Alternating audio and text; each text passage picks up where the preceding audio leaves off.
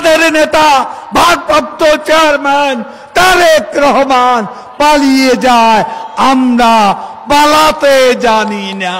আমরা এই দেশেতে জন্মি, এই দেশেতে মরবো, পালাবো না। কোথায় পালাবো? পালাবো না, প্রয়োজনে ফখরুল সাহেবের বাসায় গিয়ে উঠবো। কি জায়গা দেবেন? না হলে ঠাকুর গায়ের বাড়ি আছে না, ওই বাড়িতে গিয়ে উঠবো। ঠিক আছে?